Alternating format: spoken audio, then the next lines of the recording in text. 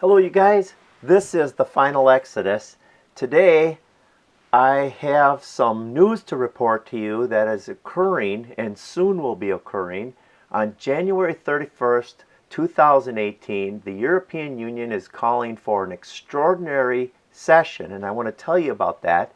But before I do, I want to set the stage for how I came to know these things.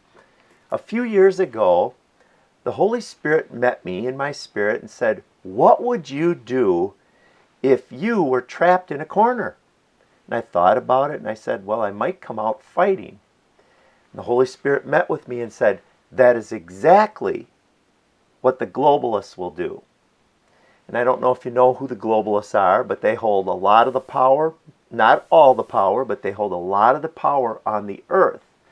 And they are beginning to have their power slip from their hands. And eventually they may do something extreme, including something nuclear, which they have the power to do. Now, I'm not saying that's going to happen at any time soon. I don't know. But there are some unfolding events I want to report to you that you should be aware of.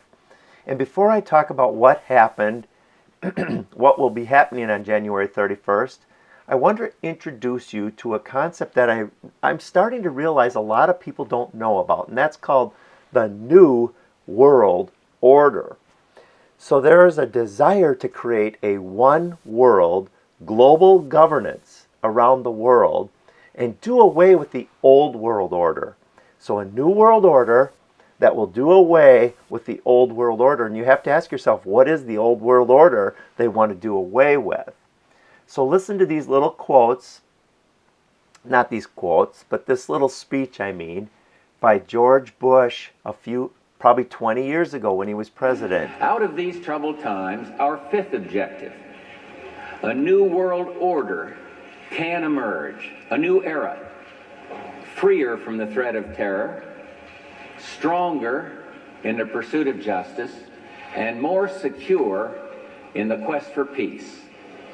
An era in which the nations of the world, east and west, north and south, can prosper and live in harmony.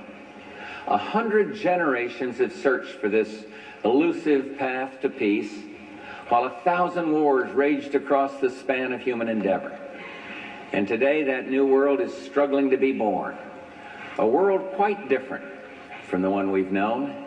A world where the rule of law supplants the rule of the jungle. A world in which nations recognize the shared responsibility for freedom and justice. A world where the strong respect the rights of the weak. We have before us the opportunity to forge for ourselves and for future generations a new world order. A world where the rule of law. Okay, I'm not going to play anymore, but I'll leave the link below and you can watch the whole video if you'd like to. We're about halfway through.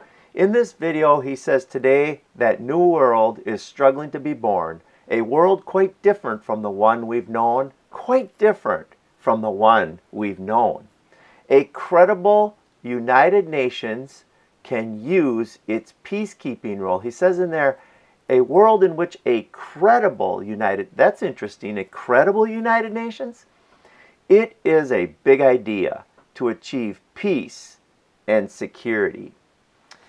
So some things have developed on the global front that are threatening that. So Angela Merkel from Germany, the German Chancellor Angela Merkel, says the current world order, which she means the global world order that they're trying to create, is under threat. You may not be aware of that, but she is. She's aware that the global world order, the big boys, are being threatened. And she calls out those threats in her statements. And I'll leave this here, and I'll leave a link for the whole article. But I want to show you the second page here. She's coming against, some of these comments of hers appear to be directed towards President Donald Trump, who has adopted an America First stance in his foreign and economic policies. You may not be aware of this, but he's causing a whole lot of uproar across the global community. Whether he is, I mean, where he stands and why he's doing these things, we only have to watch and and guess, I suppose, but we should be paying attention. What's going on? So I want to show you here. She says that there was a danger that the world had not learned the lessons from history, and she's talking about the lessons from World War II. World War II? Yeah, where Hitler was coming in and taking over the whole world. He wanted to rule the world, but what she doesn't say is that they want to rule the world. Well, they're trying to do it through peace and safety. Okay? So, the European Union and Norway are announcing that they are going to convene an extraordinary session of the International Donor Group. What's that? What does that mean? It says in here there is an urgent need to bring all parties together to discuss measures to speed up efforts that can underpin a negotiated two-state solution for Israel and Jerusalem. They want to speed it up. So they're working to do that, and they're going to meet in Brussels on January 31st to consider what they have to do to speed this up, this peace and safety. Now, this whole effort has been going on for years, so will they accomplish it in the next months? I don't know.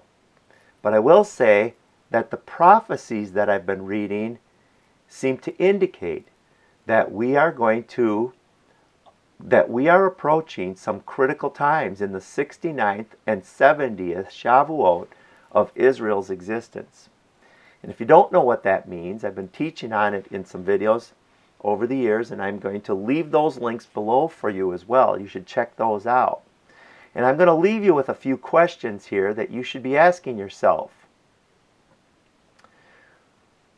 What is the United Nations interest in Israel? Why are they interested in Israel? And why are they interested in Jerusalem?